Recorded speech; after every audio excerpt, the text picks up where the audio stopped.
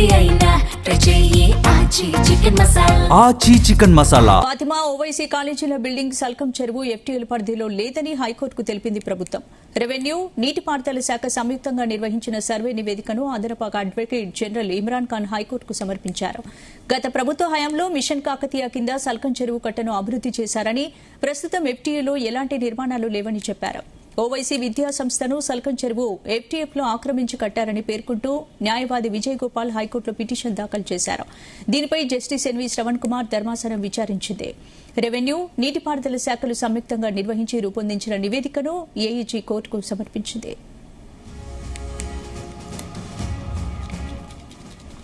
ఈ రిపోర్టుకు సంబంధించిన మ్యాప్లను పరిశీలించిన ధర్మాసనం పలు ప్రశ్నలు సంధించింది.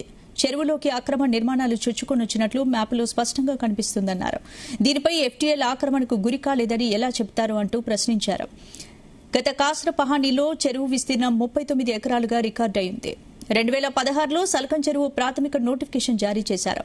అప్పుడు ఉన్న ఎఫ్టీఎల్ ఇప్పుడు ఎలా తగ్గింది? 10 ఏళ్లుగా ఈ చెరువు ఎఫ్టీఎల్పై తుది నోటిఫికేషన్ ఎందుకు ఇవ్వలేదంటూ నిలదీసింది. ప్రభుత్వ సంస్థలు నచ్చిన వారి పట్ల ఒక విధంగా, ఇతరుల పట్ల మరో విధంగా వ్యవహరిస్తున్నట్లు ఉందని ఆరోపించింది. చెరువుల ఆక్రమణలు తొలగిస్తున్నామని చెప్తున్న హైడ్రా ఈ చెరువు విషయంలో ఏం చేసిందని ప్రశ్నించింది.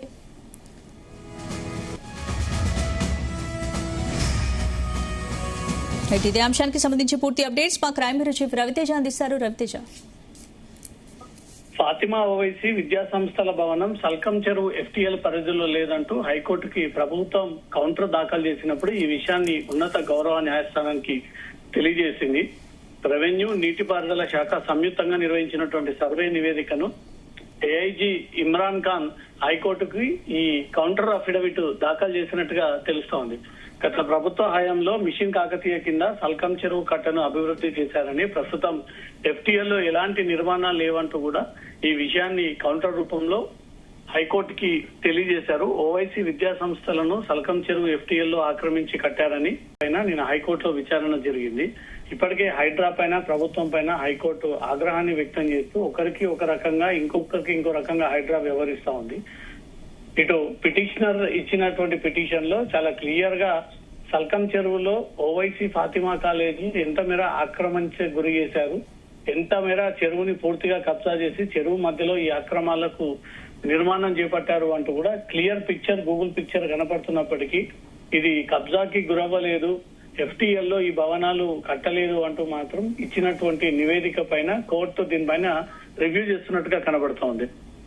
ప్రస్తుతం ఎఫ్టీఎల్లో ఎలాంటి నిర్మాణాలు లేవంటూ కూడా ఓవైసీ విద్యా సంస్థలు సల్కం చెరువు ఎఫ్టీఎల్ ఆక్రమించి కట్టారంటూ విజయ్ గోపాల్ వేసినటువంటి పిటిషన్ పైన కోర్టు విచారణ జరిపింది. దీనిపైన జస్టిస్ ఎన్వి శ్రవణ్ కుమార్ ధర్మాసనం విచారణ చేపట్టి రెవెన్యూ నీటిపారుదల శాఖలు సంయుక్తంగా నిర్వహించి రూపొందించిన నివేదికను ఏఐజీ హైటుకు సమర్పించిన తర్వాత ఈ రిపోర్ట్ ను సంబంధించినటువంటి మ్యాప్లను పరిశీలించినటువంటి ధర్మాసనం పలు ప్రశ్నలు లేవనెత్తినట్టుగా తెలుస్తా ఉంది. చెరువులోకి అక్రమ నిర్మాణాలు వచ్చినట్లు మ్యాప్లో స్పష్టంగా కనిపిస్తున్నప్పటికీ ఎఫ్టీఎల్ ఆక్రమణకు గురి కాలేదని ఎలా చెబుతారు? ఈ మ్యాప్లను మీరు పరిశీలించారా?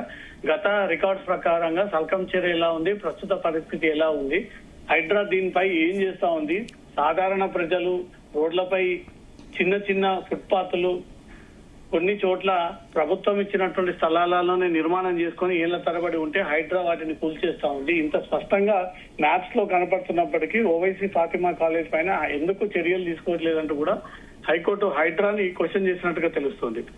చెరువులోకి అక్రమ నిర్మాణాలు చేపట్టినట్టుగా మ్యాప్ లో స్పష్టంగా కనబడుతున్నప్పటికీ గురి కాలేదు అంటూ మాత్రం ఎలా మీరు చెబుతారు అంటూ కోర్టు ఈ విషయాన్ని క్వశ్చన్ చేసింది. కాసరాపానీలో చెరువు విస్తరణ 39 ఎకరాలు రికార్డులో ఉండగా 2026లో సల్కం చెరువు ప్రాథమిక నోటిఫికేషన్ జారీ చేశారు అంటూ కూడా కోర్టు ఈ విషయాన్ని తెలియజేస్తూ అప్పుడు ఉన్నటువంటి ఎఫ్టీఎల్ ఇప్పుడు ఎలా తగ్గింది, 10 ఏళ్లలో ఈ చెరువు ఎఫ్టీఎల్ పై తుది నోటిఫికేషన్ ఎందుకు ఇవ్వలేదు అంటూ ఈ విషయాన్ని హైకోర్టు నిలదీసినట్టుగా సమాచారం అందుతుంది.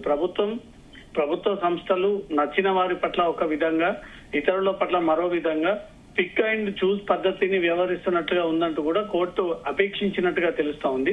చెరువుల ఆక్రమణలు తొలగిస్తామని చెబుతున్నటువంటి హైడ్రా ఈ చెరువు విషయంలో ఏం చేసిందంటూ ప్రశ్నించి మున్సిపల్ శాఖ, నీటిపారుదల శాఖ, హెచ్ఎండిఏ ఎలాంటి వివరణ ఇవ్వకపోవడంపై మాత్రం హైకోర్టు ఆగ్రహం వ్యక్తం చేసింది. సల్కంచెర్లో ఉన్నటువంటి భవనం చాలా స్పష్టంగా ఆక్రమణకు గురి చేసి వాటిని కబ్జా చేసి దాంట్లో ఎడ్యుకేషన్ ఇన్స్టిట్యూషన్ కట్టినట్టు గూగుల్ మ్యాప్ లో కనబడతా ఉంది. ప్రస్తుతం ఉన్నటువంటి పిటిషన్ లో కనబడతా ఉంది. గత రికార్డ్స్ ప్రకారంగా చెరువు విస్తీర్ణ 39 ఎకరాలు ఉండగా ఇప్పుడు పూర్తిగా అన్యాక్రాంతం అయిపోయింది అంటూ కూడా కోర్టు ఈ విషయాన్ని గ్రహించి ప్రభుత్వం ఇచ్చినటువంటి నివేదిక విషయంలో కోర్టు ఒక కీలకమైనటువంటి నిర్ణయం తీసుకునేటువంటి అవకాశం ఉంది. మళ్ళీ సర్వే నిర్వహించి పాత రికార్డ్స్ ప్రకారంగా చెరువు విస్తీర్ణ ఎంత ఉండేది, ఇప్పుడు ఎంత మిగిలింది, ఇదంతా ఎక్కడ ఆక్రమణకు గురైంది, ఫాతిమా కాలేజ్ చెరువు మధ్యలో స్పష్టంగా ఉన్నట్టుగా ఫుటేజ్ లో కనబడతా ఉంది, గూగుల్ మ్యాప్స్ లో కనబడతా ఉంది, రెవెన్యూ రికార్డ్స్ ప్రకారంగా కనబడతా ఉంది. అయినప్పటికీ చెరువు కబ్జా కాలేదు అంటూ మాత్రం రిపోర్ట్ చేయడంపై మాత్రం హైకోర్టు దీనిపై తొందరలో ఒక నిర్ణయం తీసుకునేటువంటి అవకాశం ఉంది. స్వామరావు, రైట్. అంటే ఇప్పుడు హైకోర్టు ప్రభుత్వ సర్వే రిపోర్టుపై అయితే ఇప్పటికే మీరు చెప్పినట్టు పలు సందేహాలు వ్యక్తం చేసింది కాబట్టి మరి ఈ కేసులో తదుపరి విచారణలో ఎలాంటి పరిణామాలు చోటు చేసుకునే అవకాశం ఉంది, ఎప్పుడు క్లారిటీ వచ్చే అవకాశం? ఇటు పిటిషనర్ తరఫున న్యాయవాది పాత రెవెన్యూ రికార్డ్స్ ఎలా ఉండేవి, ప్రస్తుతం సర్వే చేసినప్పుడు రికార్డ్స్ ఎలా ఉన్నాయి, మొత్తం పూర్వం ఈ చెరువు ఎక్కడ పుట్టింది, ఎక్కడ ప్రవహించేది, ఈ చెరువు చుట్టూ ఎన్ని పరిసర ప్రాంతాలు ఉండేవి, ఎన్ని కిలోమీటర్ల మేరకు ఈ చెరువు విస్తరించి ఉంది, ఈ చెరువుపై ఎంతమంది డిపెండ్ అయి ఉన్నారు, ఈ వివరాలన్నీ కూడా పిటిషనర్ తిరిగి మళ్ళీ విచారణ సందర్భంగా కోర్టుకి ప్రొడ్యూస్ చేసేటువంటి అవకాశం ఉంటుంది. దీంట్లో రాజకీయమైనటువంటి ఇన్ఫ్లుయెన్స్ యూజ్ చేసి ఆ చెరువు కబ్జాకు గురి కాలేదు, చెరువు బార్డర్ ని దాటుకునే ఎఫ్టీఎల్ పరిధి దాటి ఆ బౌండరీస్ దాటే ఈ చెరువు నిర్మాణం చేపట్టామంటూ మాత్రం ప్రభుత్వం ఇచ్చినటువంటి కౌంటర్ లా కనబడుతుంది. కాబట్టి దీనిపైన ప్రజల నుంచి కూడా తీవ్ర వ్యతిరేకత జరిగేటువంటి అవకాశం ఉంది. రాష్ట్ర వ్యాప్తంగా హైడ్రా ఒక రకమైనటువంటి ఇంప్లిమెంట్ చేస్తూ ఉంటుంటే సల్కం చెరువు విషయంలో మాత్రం హైడ్రా ఇప్పటి వరకు చర్యలు తీసుకోకపోవడంపై మాత్రం రాజకీయ ఒత్తిడికి ఇన్ఫ్లుయెన్స్ అవి హైడ్రా భయపడతా ఉంది, ముందుకు వెళ్తలేదు, దానికోసమే సల్కం చెరువుని కూల్చివేయట్లేదు అన్న ఒక విమర్శలు వ్యక్తమవుతా ఉన్నాయి. కాబట్టి ఇప్పుడు హైకోర్టు సందర్భంగా ప్రభుత్వం ఇచ్చినటువంటి నివేదికపై కూడా తీవ్ర విమర్శలు వ్యక్తమయ్యేటువంటి అవకాశం ఉంది. రైట్. Thank you Ratheesh.